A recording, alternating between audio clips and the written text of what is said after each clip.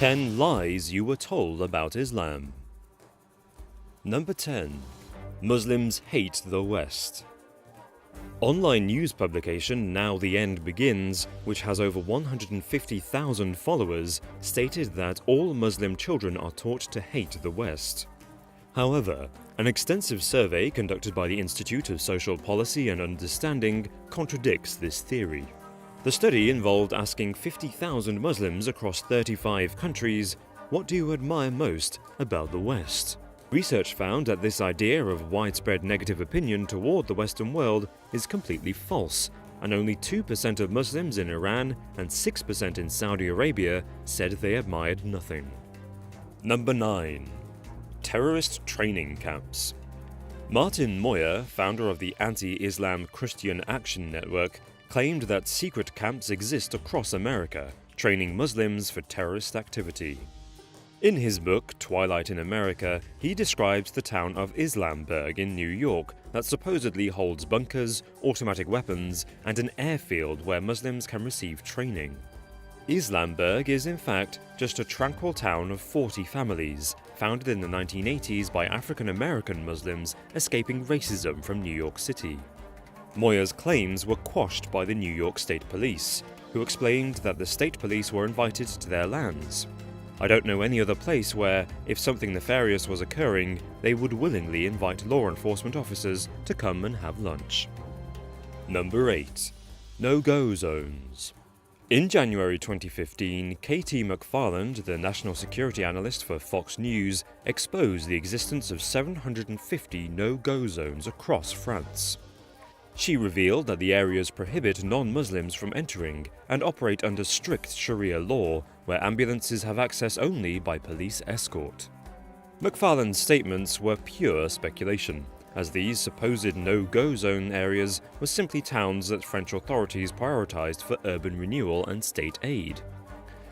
Subsequently, the Paris City Council approved a lawsuit to sue Fox News for reporting such nonsense. Number 7. Islamic terrorist world domination.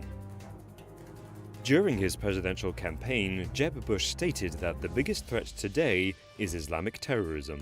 However, research conducted by the University of North Carolina found that out of the 190,000 Americans murdered since 9/11, only 37 deaths were linked to Islamic extremists.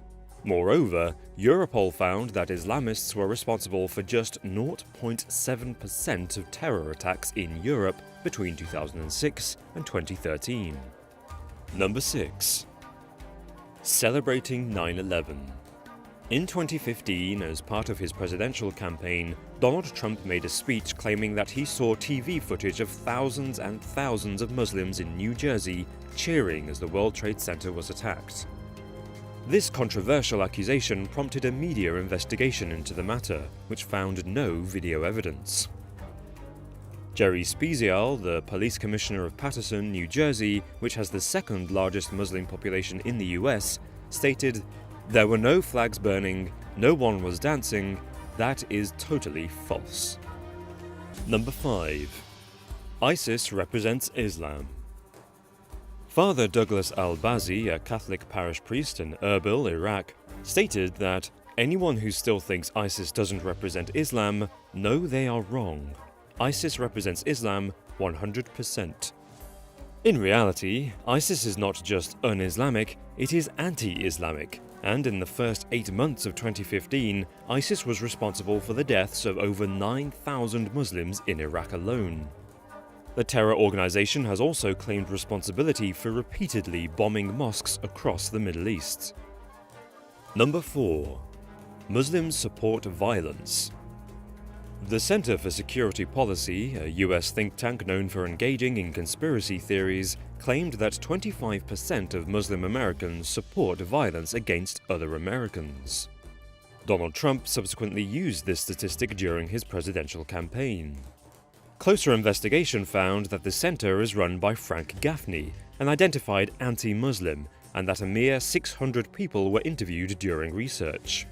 Extensive research conducted by the Pew Research Center identifies 1.6 billion Muslims in the world, of which only 0.006625% identify with extremism.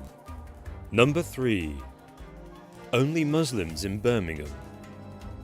In 2015, Fox News brought American journalist and supposed Islamic extremism expert Stephen Emerson onto the show. Emerson proceeded to claim that the city of Birmingham in England is entirely Muslim, and non-Muslims are banned from entering. Emerson's statement has been disproven by the UK National Office of Statistics, which states that only 14.5% of Birmingham residents are in fact Muslim. In response to the vastly incorrect claims, Prime Minister David Cameron said, "Frankly, I choked on my porridge and thought it must be April Fool's Day. This guy's clearly a complete idiot." Number 2. Muslim women are oppressed. Britain First, the far-right fascist political party, states that women are oppressed by Islam. Muslim women are expected to cover their entire bodies with a niqab or burqa. In fact, the Quran merely states that women should guard their modesty and does not order any particular dress. Moreover, the claim that Islam oppresses women is a sweeping generalization. In many cases, Muslim women are often highly educated, such as in Iran, where more women attend higher education than men. Number 1. Muslims must kill people of other religions. 2016 Republican presidential candidate Ben Carson took to Facebook to voice his opinion that he would not support a Muslim president. He slandered Islam further, writing, "Under Sharia law, women must be subservient and people following other religions must be killed." The Quran specifically says the opposite, stating one who kills a non-Muslim person under protection will not even smell the fragrance of paradise. And whoever hurts a non-Muslim, I shall be adversary to him on the day of resurrection.